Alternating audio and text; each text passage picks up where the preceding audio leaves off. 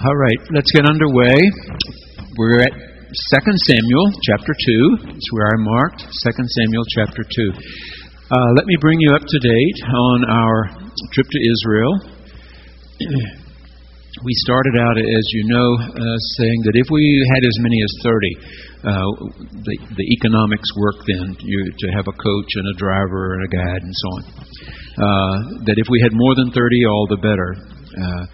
At first, Continental Airlines was willing to give us only 30 seats, sell us 30 seats, on their small jet that goes from here to Newark. It's only a 50-passenger plane. Those of you who've ridden the small jets know. And so at first they said, we can't give you more than 30 seats. But after people signed up as quickly as they did, finally Continental said, okay, all right, we'll let you have 40 of the seats. We just have to keep the other 10 for our business customers and so on who fly to Newark fairly often. So we were able to expand to 40 seats out of the 50 seats on that small jet. In Israel, a very modern coach, normally they say 54, but that's if you sit all the way across the back, straight across and everything. They carry 48 comfortably. With a guide, taking one of the seats up front and so on. So we said, okay, we could take as many as 48. And the 8 so far, there's a chance Continental might relent later on and say, okay, you can have 48. But right now they're still holding at 40. So Lisa has been working hard to find a way to fly 8 more. They have to go through Dallas. They may have to go through Chicago to get to Newark. Probably Dallas is better. Or go Continental Houston and then to Newark. But anyway, they're trying to work that out so that we can take 48. And right now we have 48 signed up. So there's always a chance that somebody might get sick, might have a work problem that they can't go. But right now it looks like we have 48 people. So looks like it's full speed ahead. We'll plan to leave on Monday, February 7. And come home 10 days later on the 17th. That's the plan. So we're looking forward to it. Let's pray together. God, your book is always bigger and more complicated than our ability to understand everything. But we understand enough to know that we are in fact your children. You're always calling us to come home to you, to turn and return to you, and that if we trust your goodness, we may be set right with you. If we do goodness to each other, we stand right with each other as well. So help us this day understand what we need to understand from your great book. In Christ's name, amen. All right, we've just read about the death of King Saul and his sons. There was a terrible battle between the Philistines and the Israelites, fought on a hill called Mount Gilboa.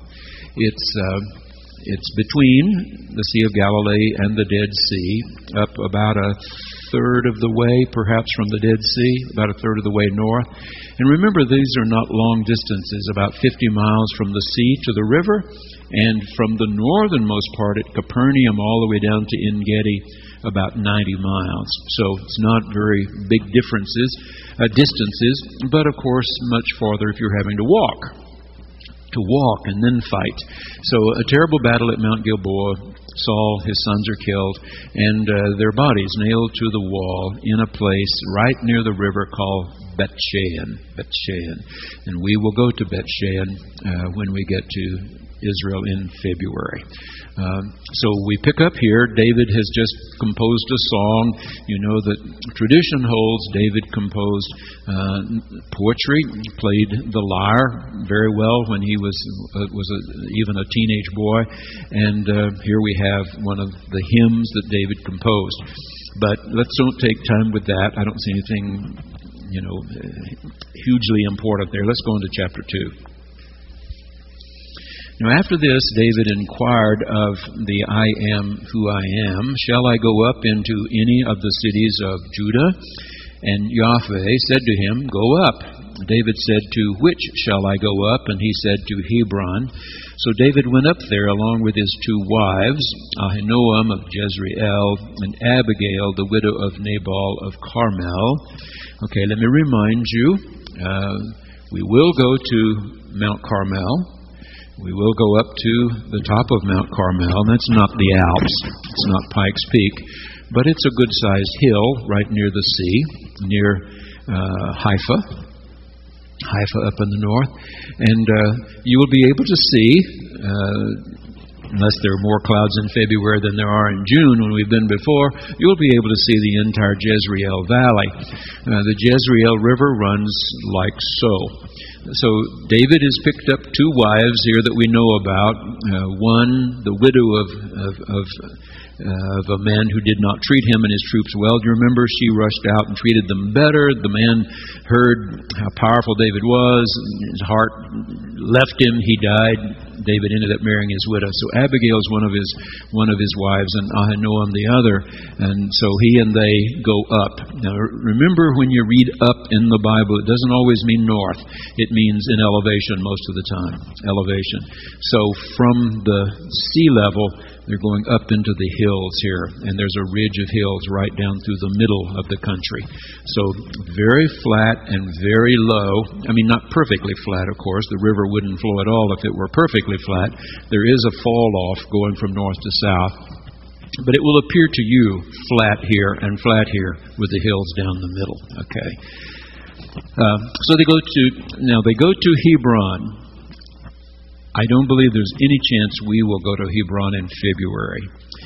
Hebron now is predominantly Arab and is a part of the West Bank. So even though there are a few holdout Jews there, because it was an important place in Israelites' history, but it was also an important place later in the life of the prophet Muhammad. So the Muslims have basic control of Hebron, even though there are a few Jews who live there. And one of those really crazy zealot Jews, remember, just 5 or 6 years ago, rushed into the mosque at Hebron and started spraying them with rifle fire. Terrible, terrible. So they live in great animosity in Hebron. There's not much for you and me to see there anyway. It would just be a sense that, this is a very old place, 3,000 years old. But it simply is not a safe place for us to go, so I'm sure we will not go. So anyway, David did go up. He brought up the men who were with him, everyone with his household, and they settled in the towns of Hebron. Then the people of Judah came, and there they anointed David king over the house of Judah. Okay, stop. Over the house of Judah. The tribes still were dividing themselves by favored sons of Jacob and not favored sons of Jacob. Remember?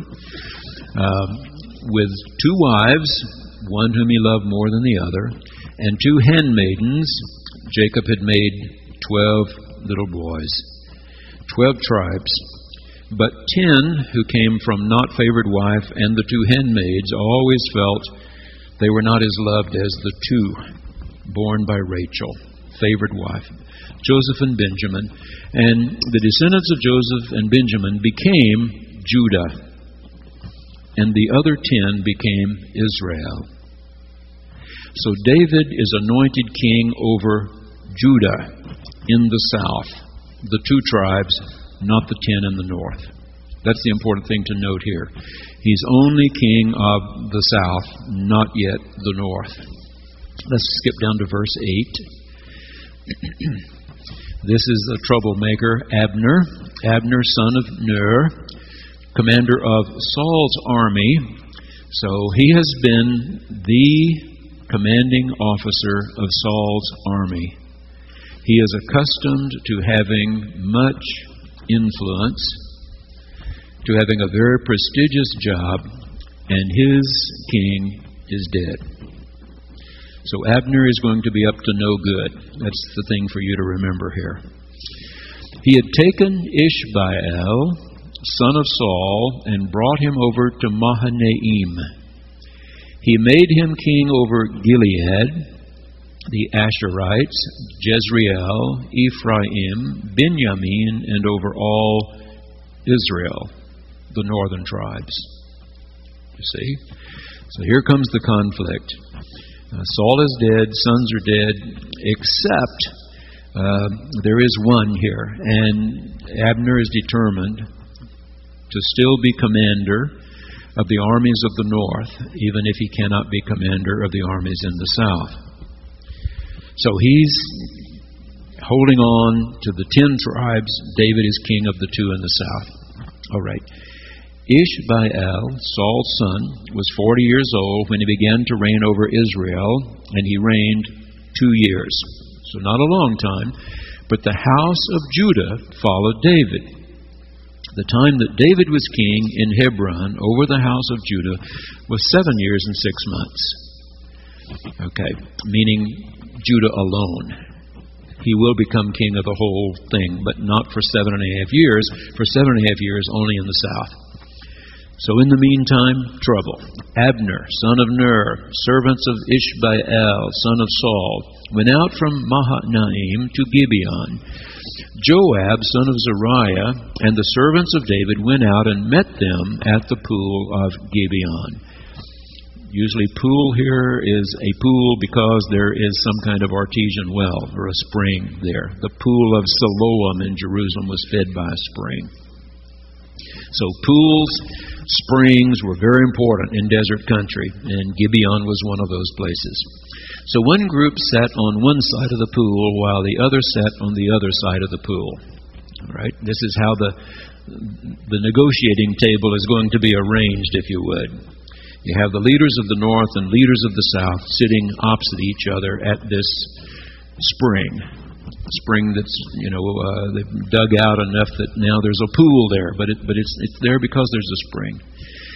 Abner said to Joab, and Joab is head of David's army, "Let the young men come forward and have a contest before us."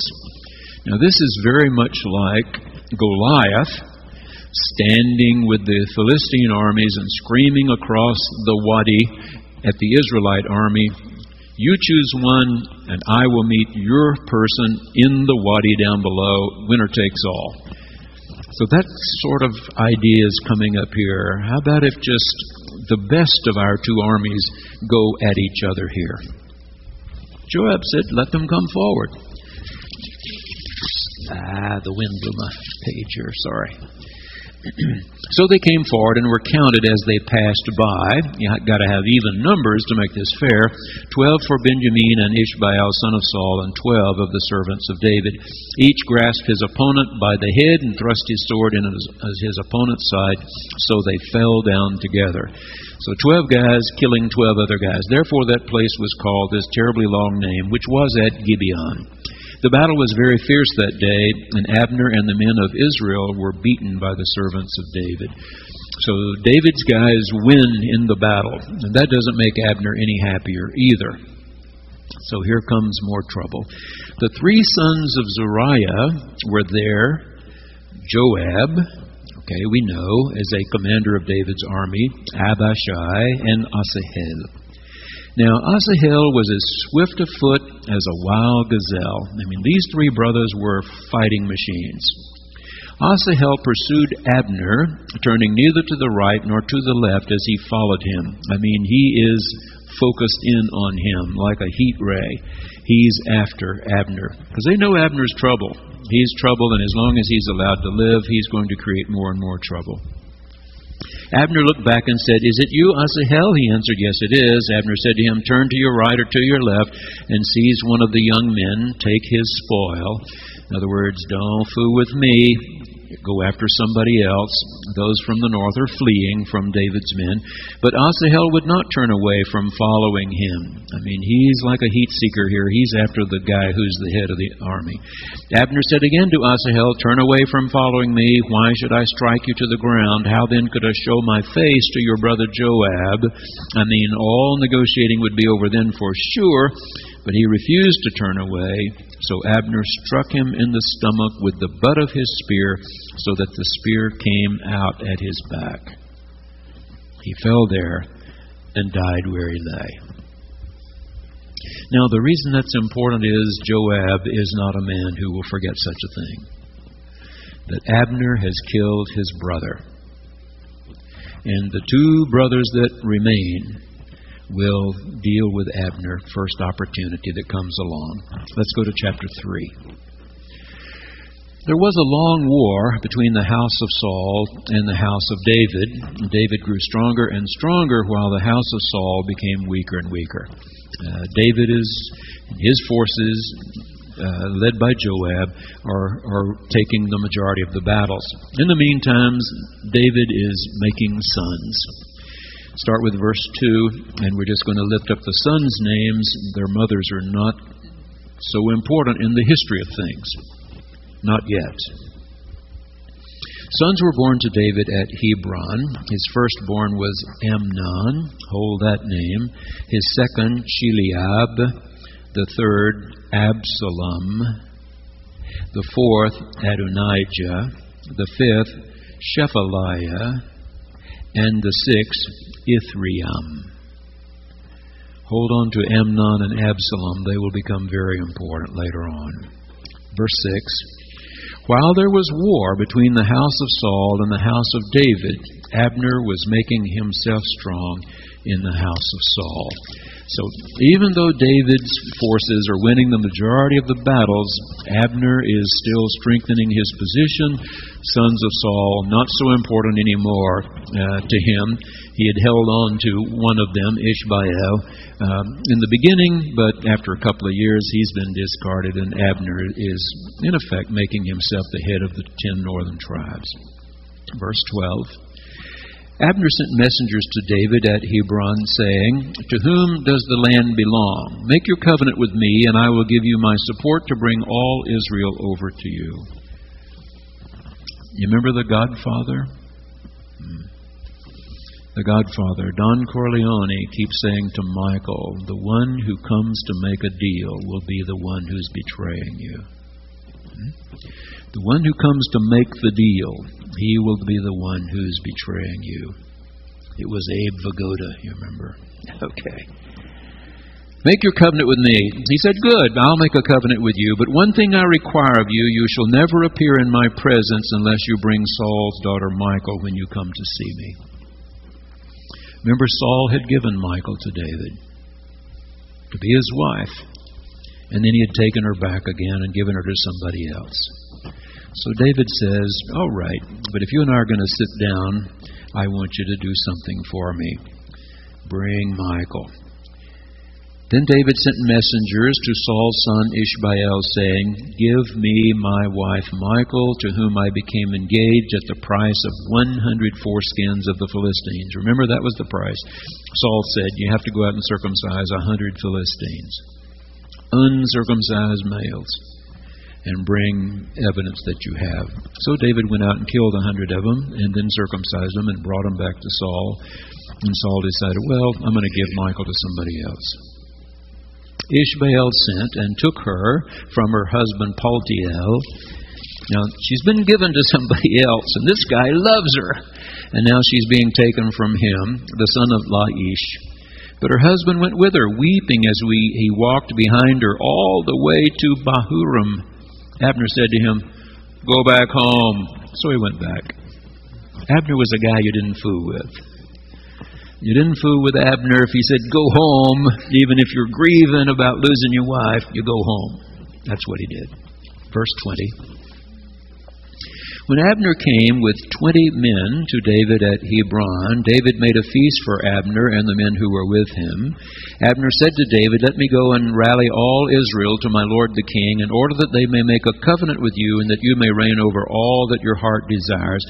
So David dismissed Abner, and Abner, went away in peace. But guess what? Joab is not forgotten. Just then the servants of David arrived with Joab from a raid, bringing much spoil with them. But Abner was not with David at Hebron, for David had dismissed him, and he had gone away in peace. Look at verse 24. Then Joab went to the king and said, What have you done? Abner came to you. Why did you dismiss him so that he got away? You know that Abner, son of Ner, came to deceive you and to learn your comings and goings and to learn all that you've done.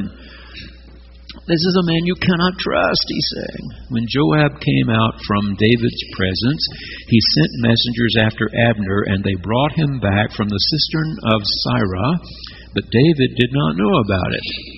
When Abner returned to Hebron, he's being brought back there, Joab took him aside in the gateway to speak with him privately, and there he stabbed him in the stomach. So he died for shedding the blood of Asahel, Joab's brother. Joab does not forget, you see. And so Abner, who killed Joab's brother, is now dead himself. Chapter 4 of this wonderful story we're reading here. When Saul's son Ishbaal, and notice his name. You see the name? This is supposed to be a people who have one God. Hear, O Israel, the Lord, and that translates, I am who I am, your Elohim is one. You must have no other God but Him. And here is the son of the late king, whose last part of his name is Baal, the chief god of the old fertility cults. All right. When Saul's son Ishbaal heard that Abner had died at Hebron, his courage failed and all Israel was dismayed. You can be sure. Abner was the biggest, best fighter they had. And he's been dispatched now. No more Abner. So Ishbaal knows he's in serious trouble. Look at verse 4. Saul's son Jonathan had a son who was crippled in his feet. We're never told exactly what that was, and probably they didn't know. He was 5 years old when the news about Saul and Jonathan came from Jezreel. His nurse picked him up and fled, and in her haste to flee, it happened that he fell and became lame. So what they're saying is somehow she dropped him and ankles or feet or something were broken. His name was Mephibosheth. Mephibosheth. They came, look at this latter part of verse 5, they came to the house of Ishbaal while he was taking his noonday rest. They came inside the house as though to take wheat, and they struck him in the stomach. So, once Abner's gone, it's easy to dispatch Ishbaal. Look at the latter part of verse 7. They attacked him, killed him, and beheaded him. When you get up to Carmel, you'll be reminded that when Elijah had the contest with the prophets of Baal and he won, he got to put his boot on the heads of all 400 of the prophets of Baal and killed them all, cut their heads off. Verse 8, they brought the head of Ishbaal to David at Hebron and said to the king, here is the head of Ishbaal, son of Saul, your enemy. Remember, David doesn't take lightly to folks who kill God's anointed. Remember? He's shown that before. All right, look at verse 9. David answered, and his answer comes at the latter part of the verse, as Yahweh lives, who has redeemed my life out of every adversity, when the one who told me, see, Saul is dead, thought he was bringing good news, I seized him and killed him at Ziklag. This was the reward I gave him for his news. How much more then, when wicked men have killed a righteous man on his bed in his own house, and now shall I not require his blood at your hand and destroy you from the earth? So David commanded the young men, and they killed them. They cut off their hands and feet and hung their bodies beside the pool at Hebron. But the head of Ishbaal they took and buried in the tomb of Abner at Hebron. Abner was his general, and Abner's been killed, so bury the head of Ishbaal there with Abner. Let's get on with things here. Chapter 5. So the 10 northern tribes have lost their king, Saul's son Ishbaal, and they've lost the commander of their army, Abner. Both are dead. So they decide, maybe we better join David. Chapter 5. Then all the tribes of Israel, the northern ones, came to David at Hebron and said, look, we are your bone and flesh. They are cousins, of course. For some time, while Saul was king over us, it was you who led out Israel and brought it in. Yahweh said to you, it is you who shall be shepherd of my people Israel, you who shall be ruler over Israel. So all the elders of Israel came to the king at Hebron, and King David made a covenant with them at Hebron before Yahweh, and they anointed David king over Israel. David was 30 years old when he began to reign, and he reigned 40 years.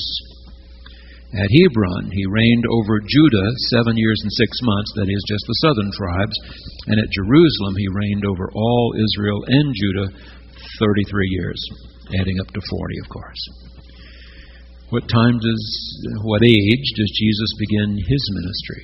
Age 30. He will not reign 40 years.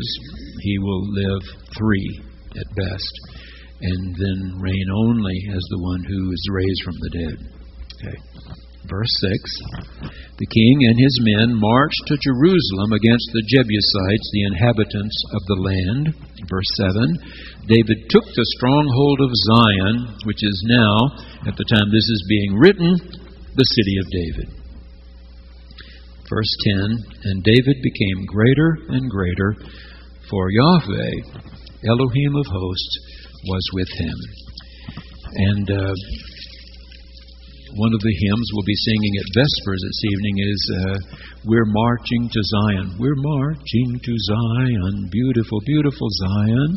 Okay, Zion was the hill where the Jebusites ruled, one tribal group. David had come to believe that if he would move the capital from Hebron in the south and put it right on the border between north and south tribes, perhaps it would make it more palatable for the northern tribes to stay connected to the south. That's what he did. Mount Zion and Jerusalem were right on the border of the 2 southern tribes and the 10 northern ones. And so the hill was taken, Mount Zion. In time, the hill next to it, Mount Moriah, was taken also, and the distance between these 2 little hills was filled in, so it became one. And the old walled city of Jerusalem circles the top of both of those hills. Okay. Mount Moriah, tradition holds, is where Abraham was willing to offer up Isaac. The Muslims say, no, it wasn't Isaac, it was Ishmael, whom they called their father, Abraham, then Ishmael. And so the Romans had destroyed the Second Temple in 70 A.D., about almost 40 years after Jesus had been crucified and raised. And Muhammad came along 500 years after that. When he got control, they built mosques in time where the temple had been. And of course, there has been no Jerusalem temple now for more than 1900 years, but 2 mosques sit right on top of Mount Moriah. But the old walled portion of the city rings both hills, Mount Zion and Mount Moriah. Okay, flowing down on the northern side, you have a valley called Gehenna. And in time they will make that place their city dump. And the reason being that the Jebusites offered human sacrifice to their gods in the valley of Hinnom. And the Jews want no part of that. So in time they decide that's a good place for the city dump, where humans had been offered. And it continued to be the city dump for years and years and years. Finally, there was so much trash, the fire never went out, and so Gehenna became the word for hellfire, a fire that never goes out. On the eastern side of Jerusalem, you have a little valley, and this is called the Kidron. The Kidron is just a little creek to you and me, a little creek, and when you come out the east gate of the old wall portion, you can't now. The Muslims sealed it up many years ago because they heard that the Jews' Messiah would come from the east. So if you seal up the wall, Jews' Messiah can never come in their thinking. And also they buried people, Muslims, right outside the wall, knowing the Jews had real respect for cemeteries. So now the east gate has been sealed up for about 1,400 years. But you can go out another gate called the Lion's Gate. You can come out the Lion's Gate and go just a little way, not 100 yards, it seems to me, in my memory, 100 yards, and you walk across the little Kidron ravine or the little creek there, and you're immediately in the grove of olive trees. The Gethsemane, place where olives were squeezed for oil. Okay? All right. Just a little background for you. Mount Zion, seized by David from the Jebusites to become the new capital city. Okay, we're at verse 13. That's where I have next. In Jerusalem, after he came from Hebron, David took more concubines and wives, and more sons and daughters were born to David. Lots of children. And notice in the latter part of verse 14, one named Solomon. See that? After you get these others, you get Solomon. And that, of course, will be the one who comes to the throne. Okay, verse 17. When the Philistines heard that David had been anointed king over Israel, that means the northern tribes, they knew he had been king over the two in the south, Judah, for about 7.5 years. Now over the northern tribes as well, all the Philistines went up in search of David. Look at verse 19. David inquired of Yahweh, shall I go up against the Philistines? Will you give them into my hand? And Yahweh said to David, go up, for I will certainly give the Philistines into your hand. So David came to Baal Perazim, and David defeated them there. Look at verse 25. David did just as Yahweh had commanded him, and he struck down the Philistines from Geba all the way to Gezer. Where Saul had lost his last battle of his life to the Philistines at Mount Gilboa, David is now having real success in defeating the Philistine army. It's been about 7.5 years or so. Now he's winning battle after battle after battle. Okay? Everybody happy? Let's go into chapter 6. David again gathered all the chosen men of Israel, 30,000. It's quite an army. David and all the people with him set out and went from Baal-Judah to bring up from there the ark of Elohim, which is called by the name of Asher-Eye, the I am who I am, of hosts, who is enthroned on the cherubim. Now let me remind you what's being said here. We know there was a beautiful box. Moses had asked that this beautiful wooden box be built, that their finest craftsmen make this beautiful box, and on the corners of the box there would be the little figures called cherubim. A cherub is one. The I am is plural. Cherubim on the end. So these little cherubs. Now, you know that the Jews had, as a part of their 10 Commandments, they were to make nothing that would itself be a representation of the Almighty. Nothing. Now, the Muslims take that a step farther, because in Christianity, for sure, we have icons and lots of paintings and crucifixes in Catholic and Eastern Orthodox churches. The Muslims take this so much farther even that if you go to a mosque, you will see only geometric designs. They have beautiful windows. They often have beautiful mosaics. Doorways and things are decorated, but only with geometric symbols. So you have triangles and trapezoids and circles and squares and rectangles and so on. Not representation of anything living. Okay. So the Jews were supposed to have a certain amount of that as well. No representation of the Almighty. So what they said was, when you have the beautiful box with the little cherubim, 4 of them, one on each corner, God sits there. You just don't see Him. God sits there. You just don't see Him. And scholars like Dr. Sigmund Mowinckel wrote a big 2-volume commentary on Psalms back when I was in seminary. And my professor, who was teaching Psalms, said, "Oh, you got to have these 2 books." Oh, 2 books. These were so expensive to me, to Gail and me. And, you've got to have these for your library. And so I bought that 2-volume set. We had to save and got that 2-volume set on Psalms. And the whole premise is that in the fall of the year, when the pagans harvested their crops, and they had a rip-snorting big party, too much eating, too much drinking, too much sex with too many different people, only to culminate in bringing in a throne with the king of that particular tribe. Each of them had something very similar. The king brought in, "Behold the king, he is our God." That the Jews instead, at harvest, have Rosh Hashanah and Yom Kippur, a time of penitence. We are not worthy of God's bounty. We are not worthy of what God has given us, that we can now make it through another winter.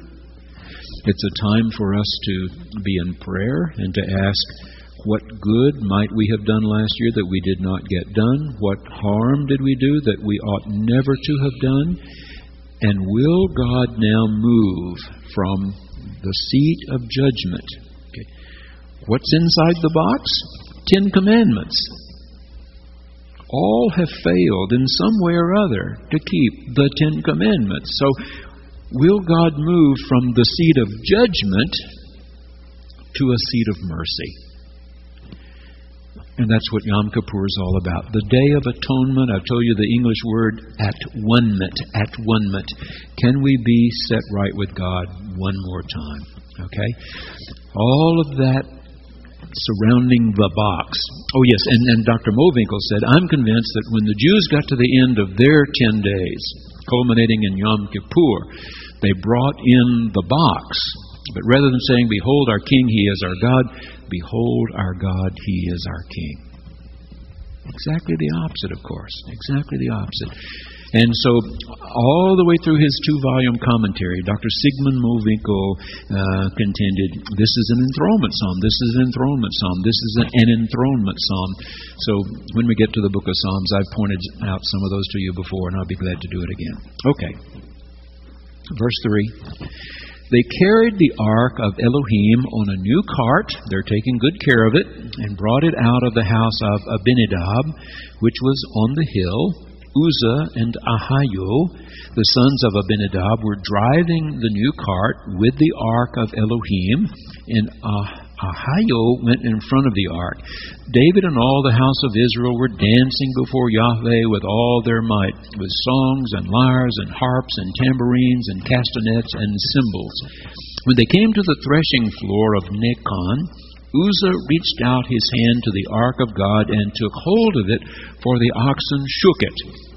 It simply could mean that one of the wheels ran up over a rock or a little mound of some sort, and he thought the box might fall off, so he pushes his hands up to steady it.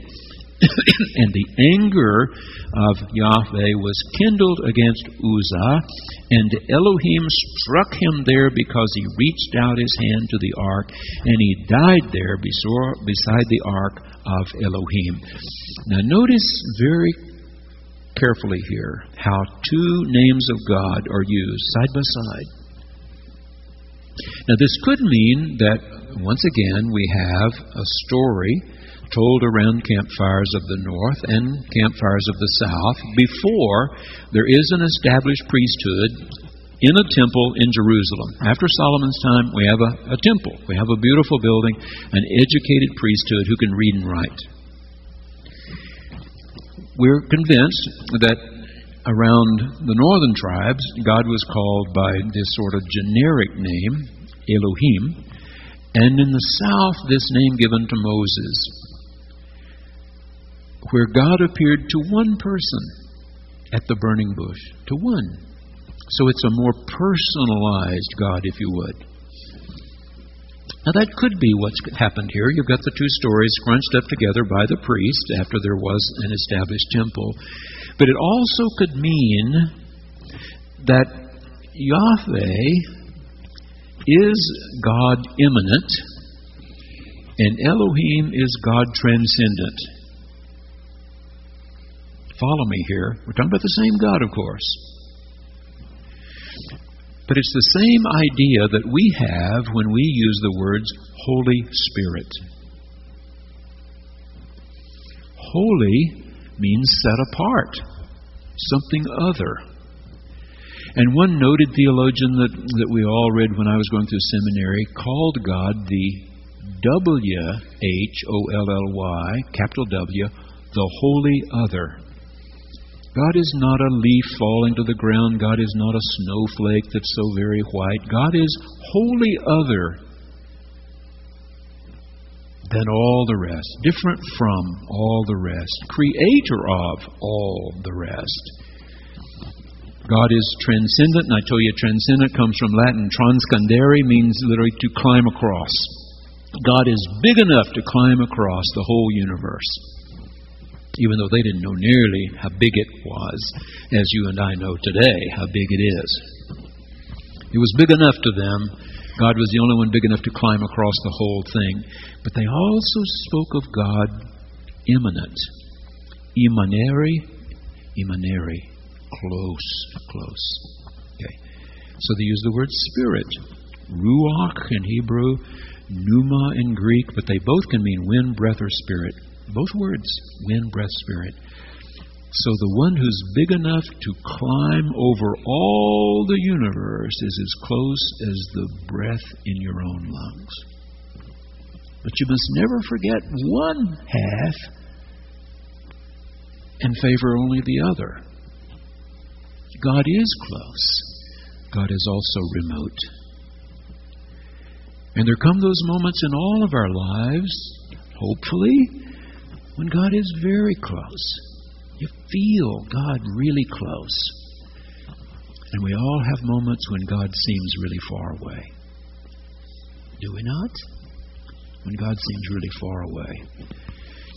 So this story, most of our scholars believe, is an attempt to say once more, don't get too buddy-buddy with God. God is powerful, almighty. And this is the reason some of us react to prayers where we just talk to Jesus. You know, we just talk to Jesus. You have to beware that you don't almost belittle God. That you always maintain this proper understanding of how big He is, how powerful He is. And most scholars think this is a reminder. You haven't got God all locked up in this beautiful little box you're carrying around on a cart. There's really powerful stuff here. Be really careful. Okay. Verse 8. David's not happy about this. This is an interruption to the party. He's singing and dancing along. David was angry because Yahweh had burst. Well, let me go back just a second. Notice here, every time you see God, that's translating Elohim, the Almighty, the Powerful. Lord translates the personal, if you would, God who came as close to Moses as a burning bush. Okay, as close to Moses as a burning bush. So you have them scrunched up together. The anger of the Lord, that's personal, was kindled against Uzzah. God, see, it changes immediately to Elohim. Struck him there because he reached out his hand to the ark, and he died there beside the ark of Elohim, the transcendent one. David was angry because the personal one had burst forth with an outburst upon Uzzah. You see, it can be read that way. He's unhappy with the personal one who appeared to Moses at the burning bush, and he doesn't want to deal with that one who is almighty and all-powerful, Elohim. Okay. So David was angry because Yahweh had burst forth with an outburst upon Uzzah, so that place is called Para-Uzzah to this day. David was afraid of Yahweh that day. Got the message at least. He said, how can the ark of Yahweh come into my care? I mean, he's really frightened about this box at that point. So David was unwilling to take the ark of Yahweh into his care in the city of David, the one he's going to build there on Mount Zion. Instead, David took it to the house of Obed-Edom the Gittite. This box has gone far enough, is the idea. The ark of Yahweh remained in the house of Obed-Edom the Gittite 3 months. And Yahweh blessed Obed-Edom and all his household. Nobody got struck dead or anything. They were blessed. So again, it's saying, close, not too close, or close in those moments when God grants you that closeness, and keep on having faith when God seems remote and far away. I've told you that when I was in seminary, worship was more formal at Perkins School of Theology then than it is now. I've been back on special occasions, and it's changed some. When I was there, it was very high church, if you would. Very high church. This was before everybody, the Catholics, led with the Vatican and pulling the altar out and the priest going around behind. They always faced away from the people. And our seminary chapel at SMU, back then, table was back against the back wall. Officiating clergy were facing away from the people, facing God away from the people. Okay?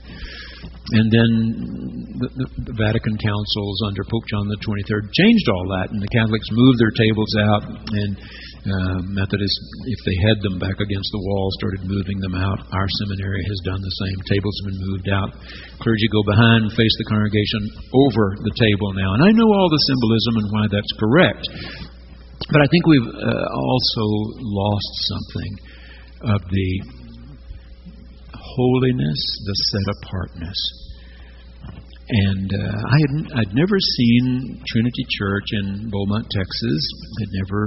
Had never been into their sanctuary or anything when Bishop Paul Galloway appointed me there sight unseen. They hadn't seen me, I hadn't seen them, and he sent me to be their new pastor. And when I got there and discovered that the church had been founded with this sense of the holy,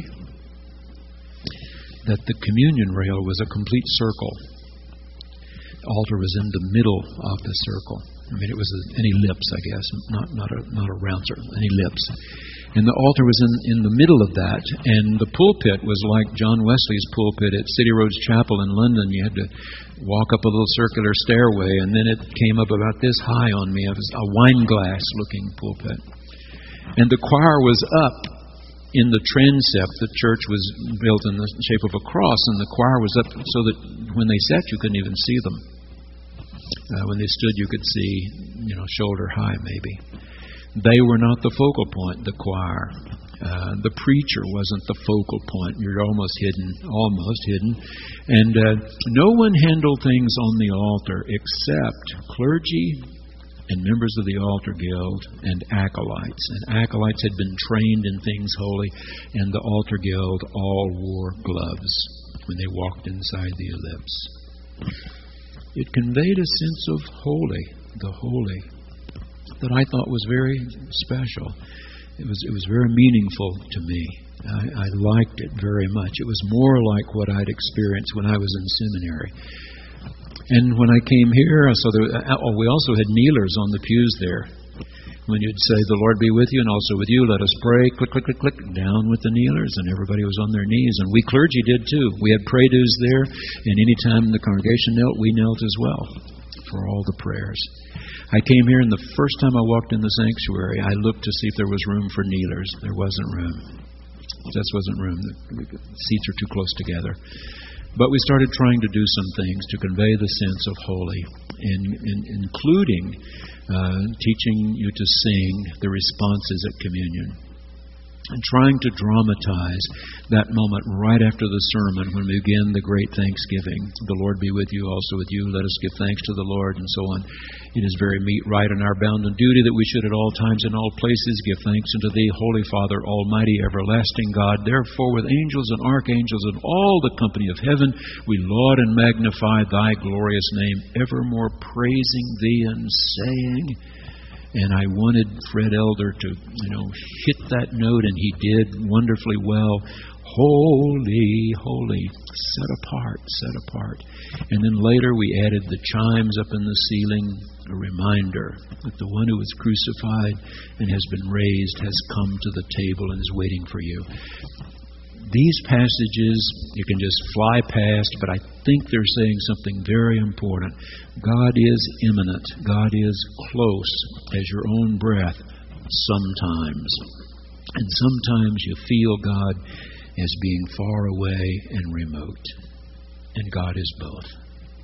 God is both. Okay, so here's somebody who reaches up and touches the box who's not a priest. He's not supposed to touch holy things. He touches, falls down dead. David said, whoa, I don't want that in the new city. We're not bringing that box in the new city. And so they leave it out at Obed-Edom's house for 3 months, and everything goes wonderfully well with him. Nobody, falls over dead. So David reconsiders. Verse 12. It was told King David, Yahweh has blessed the household of Obed-Edom and all that belongs to him because of the ark of Elohim.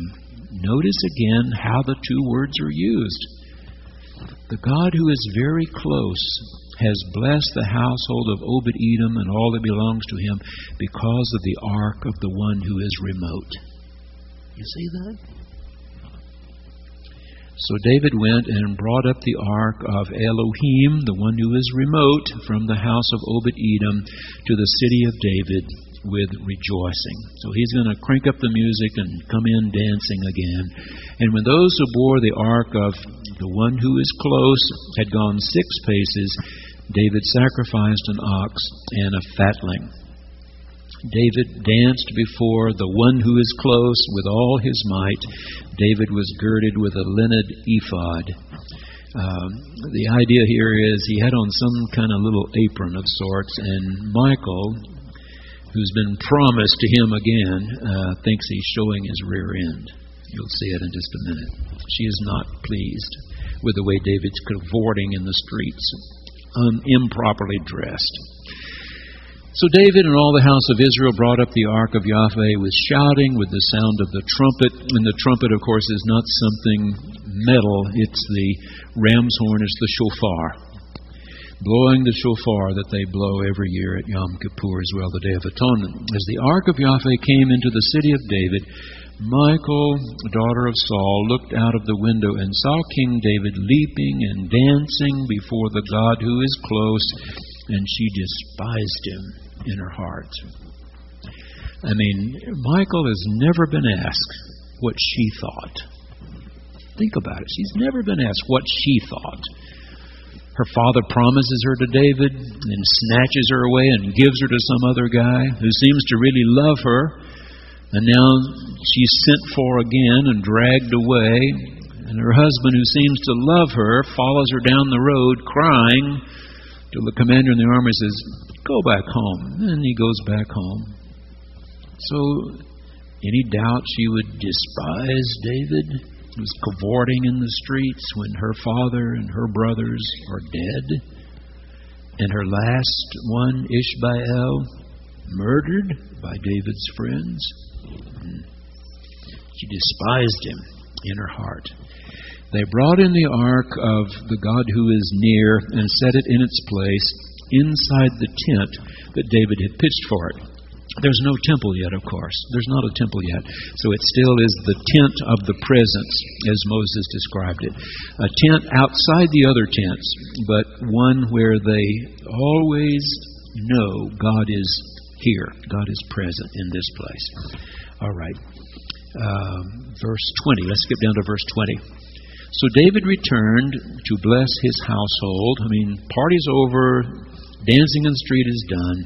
But Michal, the daughter of Saul, came out to meet David and said, and here she gives him his fair comeuppance for improper behavior due a king. It's not the way her father acted in the streets. Michal, daughter of Saul, came out to meet David and said, how the king of Israel honored himself today. This is sarcastic, as you can see. Sarcasm. Uncovering himself today before the eyes of his servants' maids, as any vulgar fellow might shamelessly uncover himself. David said to Michal, it was before Yahweh who chose me in place of your father and all his household to appoint me as prince over Israel, the people of Yahweh that I've danced before Yahweh. I will make myself yet more contemptible than this, and I will be abased in my own eyes. But by the maids of whom you have spoken, by them I shall be held in honor. You think the young woman don't like me? They like me. And Michal, the daughter of Saul, had no child to the day of her death. And the implication is she had no child because she didn't sleep with David. We don't know for sure, but that's the implication. No sleeping with David for her. She doesn't want to be a part of this guy at all. Okay, let's put a mark there because I got to run and get ready for church. That'll be this chapter 7. We are going to skip more materials as we go along, but it just seems to me some of these things are terribly important to deal with. If you haven't been to church, don't rush off. The chancel choir is going to sing John Rutter's arrangement of Beautiful River. Shall we gather at the river? It's wonderful.